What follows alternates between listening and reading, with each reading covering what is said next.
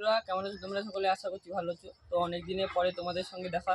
তো আমার এই যে যতগুলো আম গাছ আছে, এবারে মুকুল এসছিল। তো কদিন আগে একটা ঝড়ো হাওয়া হচ্ছিল, এখানে 4-5টা আমার এই কাটিমন বেনানা গাছের যে আম হয়েছিল ওগুলো সব ঝরে গেছে, একটাই আছে। তো আরও আম গাছ আছে, তোমাদের সব এক এক করে দেখাবো। তো প্রথমে আমি কাটিমনের গাছের কাছে যাই। এই কাটিমন গাছে দুটো আম ছিল, এই দুটো আম ঝড়ো হওয়ার জন্য একবারে ঝরে গেছে। আর এটা দেখো, টপটা পুরো উল্টে গিয়ে ভেঙে গেছে। আর এখানে 4টা আম ছিল, 4টার মধ্যে একটাই অবশিষ্ট।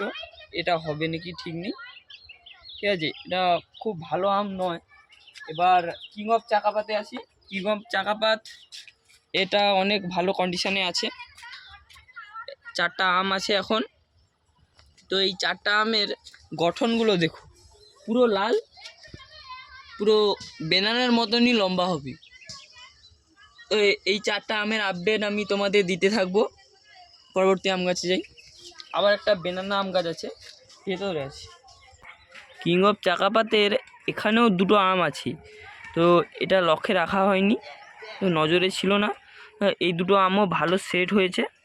তো এগুলো যখন আমার বড় হবে আমি তোমাদের আপডেট দেবো। এবার বেনানা গাছে আসি।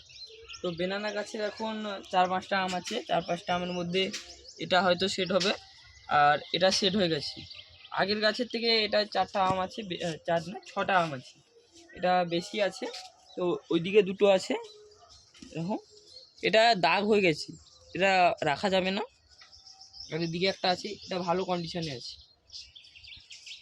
বন্ধুরা, আগেরবারে তোমাদের ভিডিও করে দেখিয়েছিলাম যে এটা বেনানা গাছ বলে আমাকে দিয়েছিল, কিন্তু হয়েছে রেড পালমার। তো এবারে এই রেড পালমার গাছে আরও একটা গাছ আছে, ওটা সেম আম হয়েছে। কিন্তু আগেরবারে তোমাদের দেখিয়েছিলাম এটা দুটো আম হয়েছিল, তার মধ্যে একটা কেটে রেখেছিলাম। কিন্তু এবারে অনেক বেশি আম এসছে। এখানে 3টে, এখানে একটা নেব, আর এইদিকে 3টে আছে। 6টা 7টা 8টা, হাতে গোনা 8টা আম আছে। 8টার মধ্যে কিছু ঝরে যাবে, তো ওগুলো বাদ দিয়ে বলছি 8টাই আমি আম নেব, ঠিক আছে। তো এই আমগুলো যখন বড় হবে এদের রেজাল্ট আমি তোমাদের দেখাবো। আর ওইদিকে একটা গাছ আছে, এই গাছটা দেখিয়েই আমি চলে যাব আঙ্গুর গাছের কাছে। তার আগে এই গাছটা দেখিয়ে দিই। তো এই গাছটার আগের বারে একটা ফল হয়েছিল, কিন্তু এবারে 4টে ফল হয়েছে, ঠিক আছে। এটা অম্বিকা।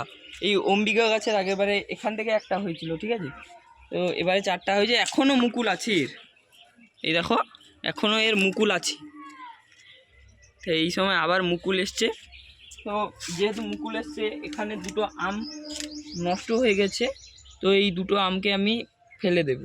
আর এখানে একটা আছে, এটাও নষ্ট হয়ে গেছে, তো এটা ফেলে দেবো। ওখান থেকে যদি হয় ওখান থেকে নেব, না হলে একটাই রাখবো। তো এবার আমি আঙুর গাছের কাছে যাব।